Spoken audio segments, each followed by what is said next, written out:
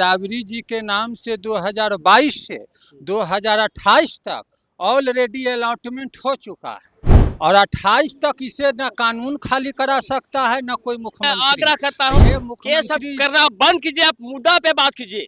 आप बिहार की विकास कैसे होगा उस पर बात कीजिए, स्वास्थ्य सुधार कैसे होगा उस पर आप बात कीजिए। जो सारे जो है आपका जो व्यवस्था है जो टफ हो चुका है उस पर बात नहीं करते हैं। अगर पुलिस प्रशासन जोर जबरदस्ती यहाँ करेगा, अगर हमारा नेता ने आह्वान कर दिया कि ऐ गरीब गुरबो तुम्हारा देखो तुम्हारा गरीबों के मसीहा के साथ जुल्म अत्याचार हो रहा है, करो या मरो तुम अपना स्वाभिमान बचाओ, इतना ही उनको बोलना है। बस कोई ऐसा भी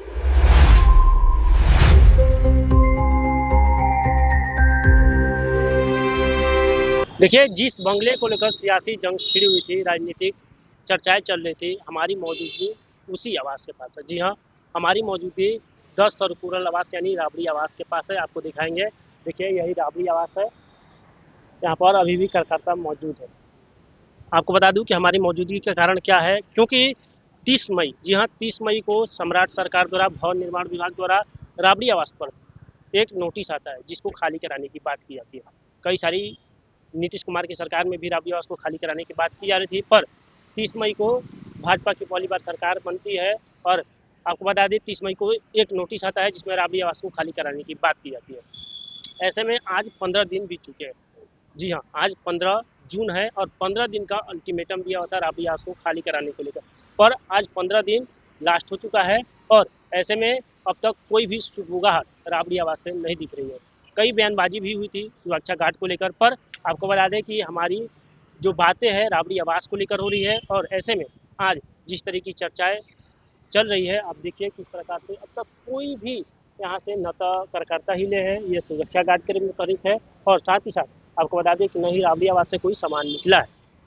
कारण मीडिया रिपोर्ट के मारे तो मलमास, जी हाँ मलमास एक हिंदू पंचांग के अनुसार आता है जिसमें बताया जाता है कि मलमास खत्म होने के बाद ही राबड़ी आवास खाली होगी, यानी आज तक मलमास है और कल मलमास खत्म हो जाएगा। ऐसे में क्या कुछ कल होगा ये भी दिखाएंगे। क्या लगता है आपको कि राबड़ी आवास खाली होगी, क्योंकि कई तरह की राजनीतिक चर्चाएं चली थी, कई जो राजनेता हैं इन चीज़ को लेकर बयानबाजी दी थी, विपक्ष को हो पक्ष को सभी ने इन चीज़ों को लेकर कई तरीके की बयानबाजी की थी। और आपको बता दें कि राबड़ी आवास, जी हाँ पूर्व मुख्यमंत्री राबड़ी देवी के यह आवास है और यह खाली होने के बाद राबड़ी आवास यानी राबड़ी देवी को 39 होर्डिंग रोड में उन्हें आवास आवंटित किया गया है और ऐसे में यह आवास किसको दिया है यह चर्चाएं चल रही है। जी हाँ, ये आवास 10 सर्कुलर रोड का आवास राबड़ी देवी जो कि पूर्व मुख्यमंत्री है, पूरा उनका जिंदगी जब तक था अपना कार्यकाल तब तक चला।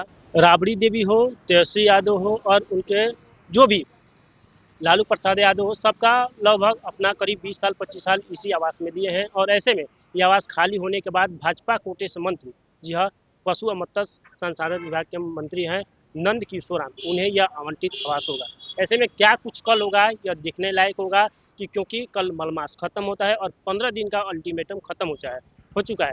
ऐसे में क्या सरकार इन चीज़ों को लेकर कोई कार्रवाई करेगी, क्योंकि सुरक्षा गार्ड के रूप में भी कार्यकर्ता खड़े हैं। जी हाँ, ये लगातार कार्यकर्ता अपनी जोश दिखा रहे हैं, गार्ड सुरक्षा हटाने के बाद भी कार्यकर्ता यहीं पर हैं और यहीं धरना दी हुए। क्या कल कुछ होगा ये दिखाएंगे, पर आपको बता दें कि यहाँ पर कुछ कार्यकर्ता हैं, उनसे जुड़ेंगे और जानेंगे क्या कहिएगा। जी 15 दिन का अल्टीमेटम का आज लास्ट दिन हो गया। जी हाँ, 30 मई को अल्टीमेटम आया था राबड़ी आवास खाली कराने को लेकर, पर आज 15 तारीख है, ऐसे खत्म हो चुका है। क्या कहिए, खाली होगा राबड़ी आवास? ऐसे तो नियमतः ये खाली नहीं होना चाहिए। ये राबड़ी जी के नाम से 2022 से 2028 तक ऑलरेडी अलॉटमेंट हो चुका है और 28 तक इसे न कानून खाली करा सकता है न कोई मुख्यमंत्री। लगाम हो चुके हैं, अनर्गल बयान देते हैं, तरह तरह का जो है अपना विरोधियों से सत्ता का पावर का मिसयूज कर रहे हैं। ये बिहार की जनता सब देख रही है और आने वाला दिन में अगर पुलिस प्रशासन जोर जबरदस्ती यहाँ करेगा, अगर हमारा नेता ने आह्वान कर दिया कि अय गरीब गुरबो, तुम्हारा देखो तुम्हारा गरीबों के मसीहा के साथ जुल्म अत्याचार हो रहा है, करो या मरो तुम अपना स्वाभिमान बचाओ, इतना ही उनको बोलना है। बस कोई ऐसा बिहार का प्रखंड नहीं बचेगा जहाँ की जो है समूचा बिहार में जो है क्रांति हो जाएगा, जन आंदोलन हो जाएगा, और जन आंदोलन ही किसी भी देश का सबसे बड़ा देशभक्ति होता है। और ऐसे जुल्मी और अहंकारी सरकार के खिलाफ तमाम लोग हरा हरा गमछा से नीला गमछा से लेके दाढ़ी वाला से लेके पगड़ी वाला तक सब अब एकजुट हो रहा है। ऐसा जो है जातिवाद और धार्मिक उन्माद फैलाने वाले ये सम्राट चौधरी सरकार के खिलाफ खुलकर बिहार की जनता मोर्चा संभालेगी। तो चलिए और जोड़ते हैं, क्या कहिएगा आप? सर मैं पहले तो आपकी आपकी आवाज़ जो जितने भी दर्शक आपको देख रहे हैं, आपके चाहने वाले सभी को मैं दिल से धन्यवाद देता हूँ। आज हम लोग औरंगाबाद जिला और गया जिला के बॉर्डर से, मैं दीपक कुमार यादव मेरा नाम हुआ, वहाँ से चलकर मैं अपनी भगवान के आवास के पास मैं आया हूँ। और मैं आह्वान करता हूँ सरकार की जो दोहरी नीतियाँ है, जो मेरे गरीब गुरबा की आवाज़, शोषित पीड़ित की आवाज़, मनुवादियों साम्यवादियों से आज़ादी दिलाने वाले मेरे नेता को जो है जिस तरह से लोगों ने घिनापन पैदा कर रहा है, मैं सरकार से मैं आग्रह करता हूं कि ये सब करना बंद कीजिए। आप मुद्दा पे बात कीजिए, आप बिहार की विकास कैसे होगा उस पर बात कीजिए, स्वास्थ्य सुधार कैसे होगा उस पर आप बात कीजिए। जो सारे जो है आपका जो व्यवस्था है जो टफ हो चुका है उस पर बात नहीं करते हैं। आप जब जो है जनता की आवाज़ की बात ना करके आप सिर्फ हरा गमछा पे बात करते हैं, ये सब बात करना छोड़िए। और मैं एक आज यहाँ जितना भी मेरे गार्जियन लोग, जितने भी मेरा राष्ट्रीय जनता दल के यहाँ पे कार्यकर्ता लोग बैठे हुए हैं, हम लोग एक ऐलान करते हैं कि अगर आपकी जैसे अगर नीतियाँ रहा तो मैं राष्ट्रीय जनता दल का सिपाही हूँ, आपकी जो है हम लोग ये मतलब मजबूर कर देंगे। लालू जी को जो है यहाँ पे सेना जो हटा लिए हैं, आप जो गार्ड भर्ती करने के लिए हम लोग मजबूर करने के लिए हम लोग यहाँ पर खड़ा है। क्या कल राबड़ी आवास खाली होगा? बिल्कुल नहीं, इस चीज़ का अगर खाली होगा तो हम लोग यहाँ खड़ा रहते। हम लोग खाली नहीं होने, किसी भी हालत में हम लोग खाली नहीं होने देंगे।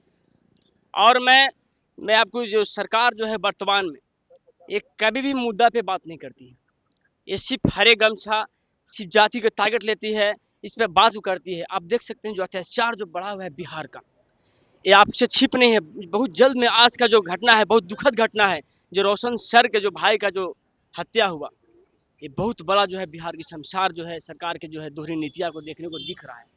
मैं आपसे मैं कहना चाहता हूँ कि आप ठीक है, आप पूर्व में जो है आप कह रहे हैं कि पूर्व में जो आप खाली कर दीजिए, आप सत्ता में नहीं है, तो क्या आपके जो है मुख्यमंत्री जी, उनकी आवाज़ क्यों नहीं आप खाली कर रहे हैं? जीताराम मांझी जी की आवाज़ क्यों नहीं खाली कर रहे हैं? ये जो दोहरी नीतियाँ क्यों अपना रहे हैं? ये जो है जब सरकार मुद्दा से भटकती है तो दोहरी नीतियाँ का इस्तेमाल करती है। क्या कहिएगा? यहाँ सरकार जो है से असली मुद्दा से ध्यान भटकाना चाहती है, समझे कि नहीं। जो विकास के मुद्दा है, जो सम्राट चौधरी जी जो वादा किए थे कि 1 करोड़ युवाओं को नौकरी देंगे, स्वास्थ्य सुविधा हम सुधार करेंगे, स्वास्थ्य में रोजगार देंगे, सभी मुद्दे पर फेल हैं। कभी हरा गमछा पर, कभी मंदिर मस्जिद पर। असली जो जनता के मुद्दा है उस पर उससे भटकाना चाहते हैं। और मैंने लालू जी के परेशान करने के ख्याल से यहाँ जो है से बताइए, यहाँ लालू जी मुख्यमंत्री रहे हैं, राबड़ी जी मुख्यमंत्री रहे हैं, उनको कितना साल से इस आवास में रह रहे हैं, उनको खाली करवाना चाह रहे हैं।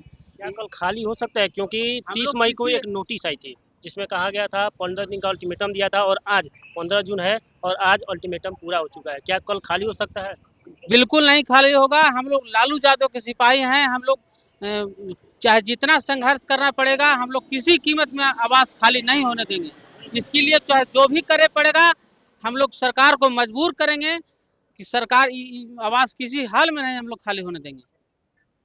तो आपने देखा किस प्रकार से हमारे साथ राजद के कार्यकर्ता जुड़े हुए थे, उन्होंने साफ तौर पर कहा है कि यह आवास खाली नहीं है। जी हाँ, 30 मई को एक भवन निर्माण विभाग द्वारा नोटिस आता है जिसमें राबड़ी आवास को खाली करने की बात की जाती है, और आज 15 दिन का अल्टीमेटम दिया था और आज 15 दिन पूरा हो चुका है। ऐसे में राबड़ी आवास खाली नहीं हुआ था। हम राजद के कार्यकर्ताओं से जुड़े थे यहाँ पर। जी हाँ, आपने देखा था कि पिछले 10 या 8 दिन के बीच राबड़ी देवी की सुरक्षा घटाई गई थी, इसको लेकर चर्चाएं बनी हुई थी। और ऐसे में यहाँ पर जो कार्यकर्ता है वह सुरक्षा गार्ड के रूप में खड़े हैं और उन्होंने साफ तौर पर कहा है कि बंगला खाली नहीं होगा, सरकार कुछ भी करे। और सरकार का जो मुख्य मुद्दा है, सरकार वो मुख्य मुद्दा पर बात ही नहीं कर रही है। धर्म के नाम पर लड़वा रही है। साथ ही साथ आपको बता दें कि नीट पेपर मामला है, कई पेपर मामले हैं, पर सरकार बेरोजगारी पर नहीं ध्यान दे रही है, कोई भी चीज़ पर ध्यान नहीं दे रहे हैं। पर आपको बता दें कि इन सरकार की नीतियों के खिलाफ इन्होंने कई बड़े बात बोले हैं। ऐसे में इन तमाम तरीकों को लेकर आपकी क्या राय है, क्यों क्या राय है? फिलहाल इस खबर में इतना ही। आगे तमाम खबरों को जानने के लिए बने न्यूज़ PR के साथ। कल देखना होगा कि क्या होता है।